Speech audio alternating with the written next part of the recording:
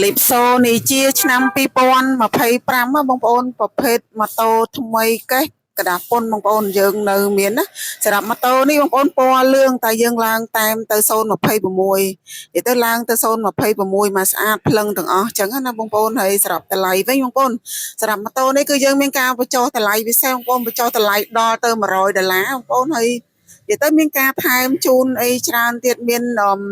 ចាប់រង្វាន់មាននិយាយទៅមានរង្វាន់ប្រចាំខែមានអីចឹងណាបងប្អូនហើយមានការធានាលើគុណភាពអីត្រឹមត្រូវច្បាស់លាស់មាន